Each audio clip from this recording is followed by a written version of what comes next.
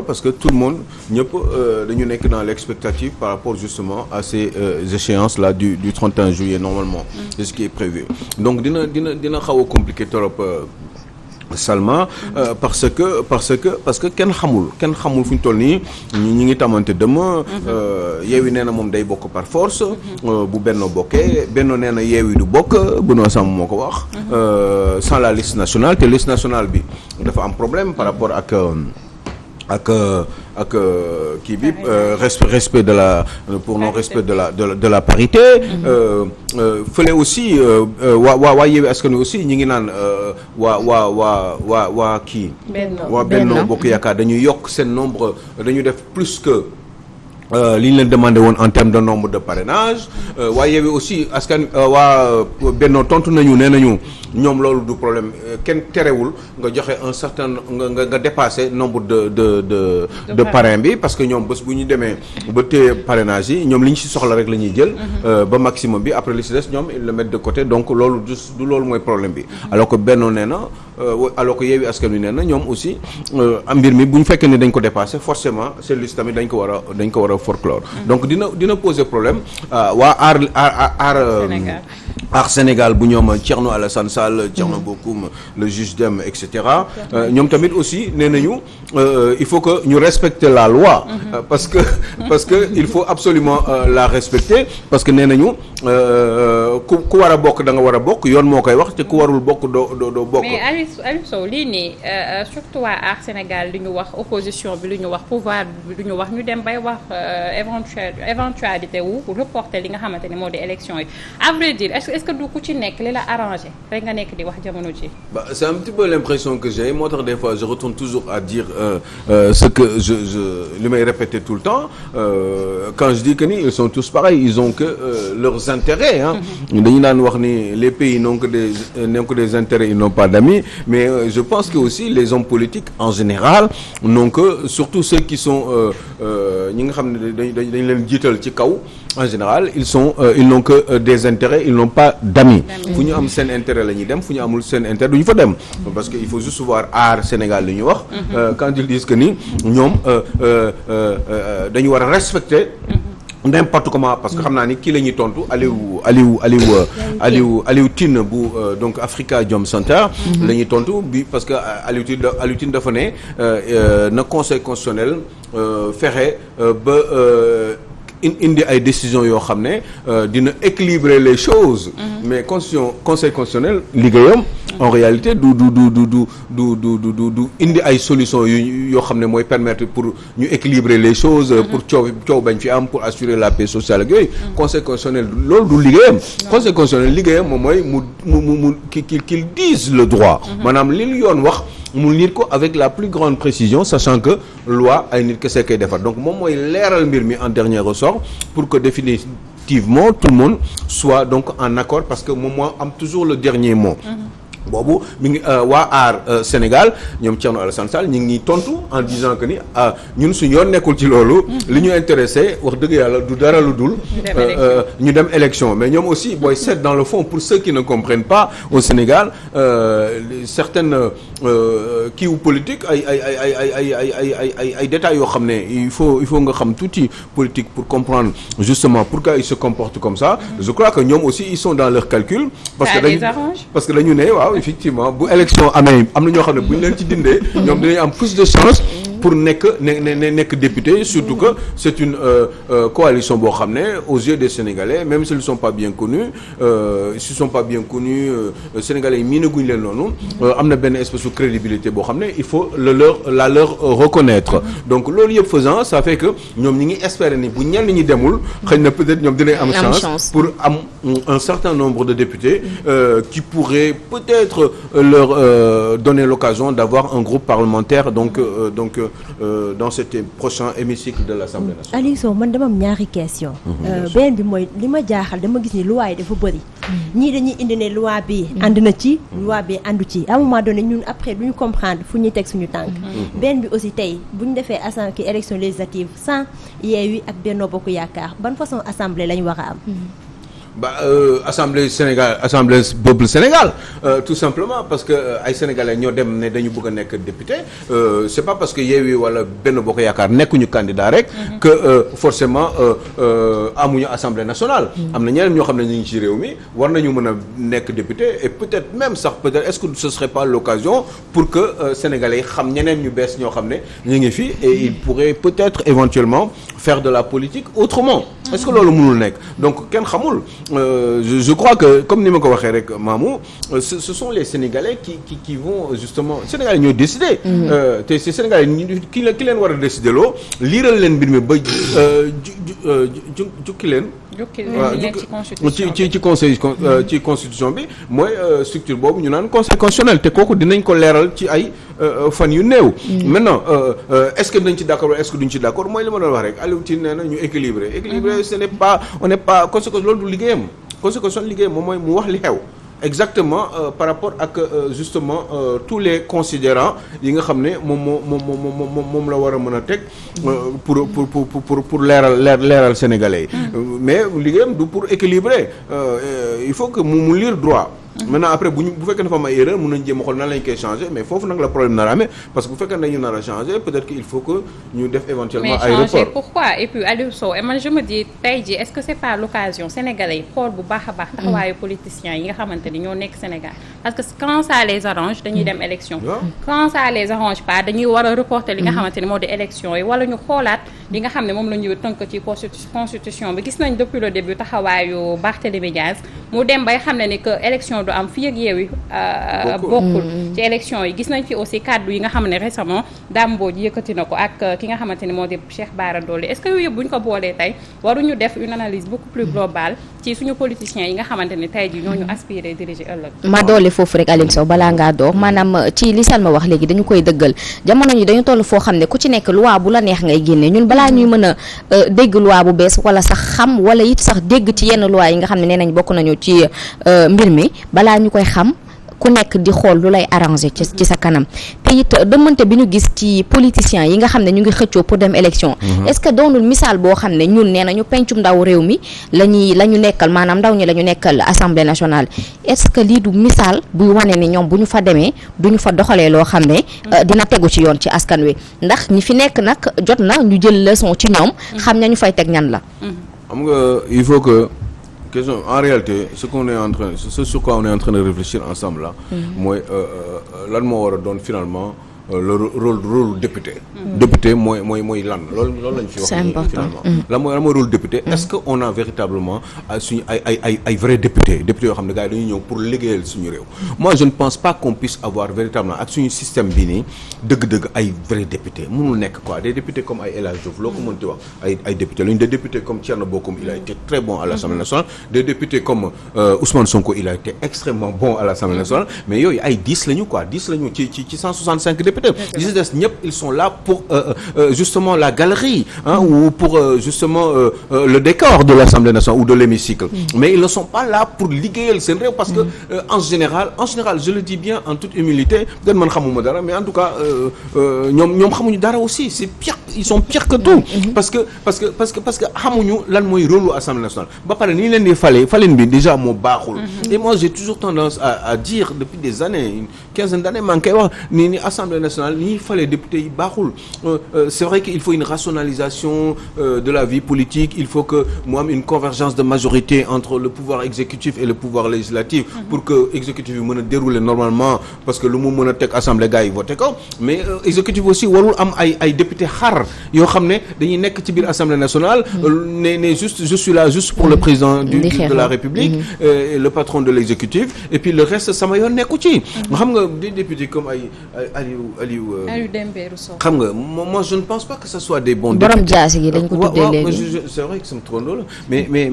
moi je ne pense pas que ce soit un bon député. Député comme Aliou Dia je le trouvais bon comme député à l'Assemblée nationale. Député comme il y en a beaucoup député comme Manga comment il s'appelle là. Toussaint Manga. Je l'ai toujours trouvé bon. J'ai toujours pensé que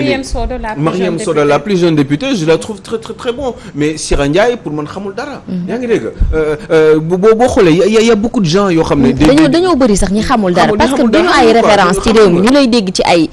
passeport diplomatique di la dégg ci ay faux billets di dégg ci ay député yéen nga ni yéen dañ leen fal teg leen ci pencum ndaw réew mi pour ngeen joxe un bon exemple nekkal fi askan wi ñu leen di dégg ci yooyu jot na nag askan wi xoolaat ñoom si li ñuy falee waaw mais xam nga dafa am benn affaire boo xam ne tamit il faut tam ngeen nangu ko sànq Aliou Cissé kii xool sa Aliou Sow yaa ngi koy wax xool Aliou Cissé lay waxaat nii de kii du bàyyi Aliou Cissé may ko jàpp vraiment lii kenn mosu koo gis kii Aliou Cissé mooy champion d'Afrique daf ko gagné lu Sénégal mosul la fenn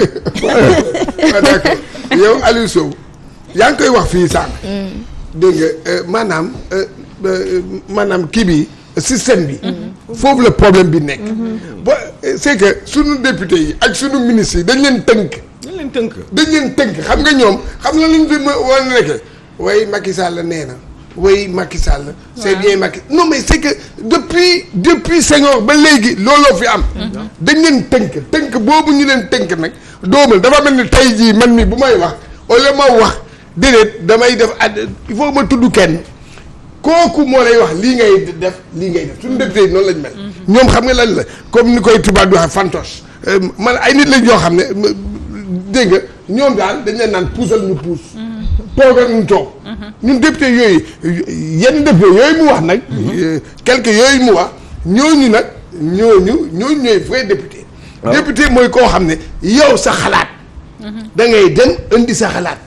mais loolu Cheikh Diane il faut nga am ci comme 165 députés la ñu il faut nga am ci lu bon ci dëkk bi ci réew mi il faut nga am ci 50 mais loolu mënoo ci am 50 boo amee 50 ñii am yoo xam ne majorité bi non ata da nga ne majorité wu kii bi xaw ma député yi majorité bi ñu am idée boobu maanaam dépassé liñ daan def ci wàllu politique mais xam nga politique bi ñuy def nii non xam nga suñu Sénégal aussi xam nga bon pardon mais c'est la vérité amuñu maturité bu ñuy permettre ñuy gëstu di xam comment fonctionnent les lois ak Macky Sall bu ñuy par exemple ma tey jii nii bu ma nekkoon député nii wala am député bu mooy war a conseiller ci juróomi at yi di ñëw da nga naan mais man dama bëgg nekk député parce que lii laa bëgg a xeex par exemple tey jii man su ma nekkoon député nii ci juróomi at yi di ñëw nii li may gën a reyante man sama xeex bi yëpp ak bu fekkee ne am naa doole ci biir assemblée nationale mooy fexe ba transparence am ci réew mi transparent ci ni ñuy distribuer marché yi ci ni ñuy séddale xaalis bi fexe ba train de vie de l'État par exemple train de vie la parce que man pour noonu suñu dëkk bi dafa pauvre ba nga xam ne mënuma imaginer ay ministre di dawal ay ministre di gaare ñetti oto yoo xam ne buntu këram juste parce que ministre la oto bu si nekk 80 millions lay jaar mënuma imaginer ñu am ay 2000 3000 litres de bon d'essence alors que dëkk bi dafa ndóol dëkk bés bu développé ñu yokk niveau yi mais ñun tant qu'on est pauvre ministre dañu war a nekk au même niveau que ñun un ministre de la République pour man wala un directeur de société au Sénégal qui a envie de se sacrifier pour son pays n'a pas le droit d'avoir le même niveau de vie qu'un ministre suédois wala un ministre occidental parce que ñoom seen dëkk yi toll na benn niveau de développement te à la limite sax c'est plutôt le contraire parce que ñële sax ni ñuy dundee c'est tellement sobre par rapport ak ñun alors que ñun ñoo pauvre de ñoom ñoo riche mais ñoom kiiwuñu dara type de député mooy député bi nga xam ne war a mën a toog ci suuf di waxtaan ak son gardien di naan ak moom café Touba naan ak moom ataaye parce que son gardien la type de député bi mooy député bi nga xam ne dafay xam askan day waxtaan ak gars yi di dem di football yi parce que ce n'est qu'un travail façon yin boobu yooyu il faut ñu ko nga ne léegi état bi 300 milliards la dépensé ci ay oto man ci 5 ans yi dinaa fexe ba état bi du dépenser plus de 100 milliards ci ay oto bon d'essence yeeg carburant bi dafa bari ci réew mi bu dee 100 litres lañ doon joxe ci at bi 100 litres la nguur gi doon utiliser comme carburant man dinaa fexe ba ñu wàññeeku ba mu doon 50 litres parce que c'est pas normal que ngay gis ay autodéputé ñëw taxaw ci benn buntu kër benn buntu école privée bu nekk sur la place de la République je vous le dis di taxaw taal kàrkaar bi taxaw di xaar xale bi génn doomu député bi génn ci école bi pour mu mën ko yóbbu ci auto député bi c'est pas normal ngay gis yooyu wala doomu général bi wala doomu colonel bi auto colonel bi ñëw taxaw muy doon armée gendarmerie tout ce que vous voulez ñëw taxaw ci buntu école bu mag boobu wala école beneen école doom ji di chauffeur bi moo koy dem jël si 4 fois par jour ci lan ci carburant wu nguur gi ce n'est pas normal loolu du pour nga jëli say doom wala yooyu c'est pour nga dem liggéey dellu soir normalement boo wàccee waratoo ñëw utiliser oto bi te oto bi non dafa war a nekk en bon état au bout de 5 ans ñu xool nan lañ koy remplacer waate pour se faire de l'argent indi waatal yeneen oto yu bees pour oto yi mais il faut ce qu'ils veulent dans ce pays là yooyu transparence yooyu il faut gars yi nangu koo xeex quand on dit que ni dañu bëgg réduire le train de vie de l'État il faut que ñu xool léegi ministres yi lan la ñuy joxe et puis ci wàllum patrimoine aussi ku nekk ministre de la République un DG de société y a des DG yoo xam ne man bu ma nekkoon tey député damay xeex ba ñu wax ñu ñoom mais est-ce que am na ay DG yoo xam ne ci réew mi ak ay ministre de la République mais vous savez nee na ñoom du ñu def seen déclaration de patrimoine dañu ne ñett te kenn mënul leen dara yan loi moo war leen war a forcer pour que ñu def seen déclaration de patrimoine ñu xam ñaata la ñu gagné bi ñuy dugg comme ministre wala bi ñu nekk comme DG et que au final bi ñu leen di génne ñu delloowaat seen patrimoine ñu xool ci diggante bi lan moo ci yokku ak lan moo ci wàññeeku parce que dañuy gis un ministre de la République boo xam ne day nekk ministre pendant 3 4 ans 5 ans mais ils sont multimilliardaires ils ont des grandes maisons ils ont des bâtiments ils am nañ lépp mais est-ce que c'est normal mais est-ce que xoolal Sénégal vous voyez des ministres ku fi nekk ministre bi buñ la jëlaatul buñ la wàccee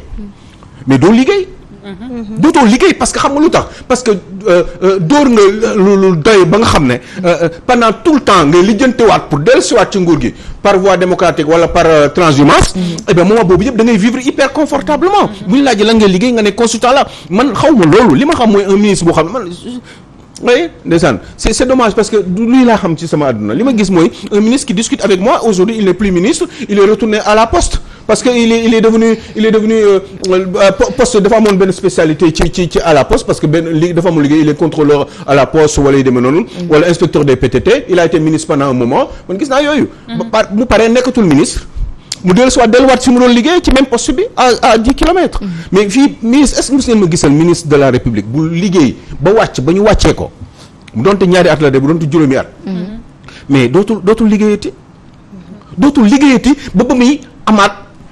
beneen poste moo xam day defaat élection gagné nekk député wala gagné ci benn coalition ñu joxaat ko beneen ndombal tànk mais moment bi mu perte ba moment bi muy reveniraat au pouvoir moo tax temps yi la ma doon wax ne mais lan mooy seen problème gars yi lu tax il veut toujours gagner de l'argent parce que dañuy am ay activités politiques pourquoi il ne crée pas autre chose ñoom nee nañu aay nañu ba nekkoon ministre boo nekkatul ministre kay sax xam-xam bi nga amoon mais gérer ko dans le cadre privé pour yow nga gagner de l'argent créer ay entreprise créer ay mais est-ce que gis ngeen ay ministres yuy créer ay société fii di créer ay nit koo xam ne ministre la woon créer ay société dootul ministre mu créé benn société ñu ne la ki 50 personnes les employés ils ne font rien ils disent qu'ils travaillent pour le pays mais juste pour profiter des deniers publics parce que ils sont dans la fonction ministérielle wala dans bi fonction boo xam ne ils sont aux côtés de l'État ñu jox leen un poste de direction il faut que pourquoi bu ñu leen dàqee wala ñu pare duñ dem def beneen liggéey man gisuma ko quoi xooleen ma rek ndax gis ngeen ko man ma gisee xooleen ma un ministre ak fu mu mënti doon nag depuis que Sénégal indépendant ba tey un ministre wala un DG bu mag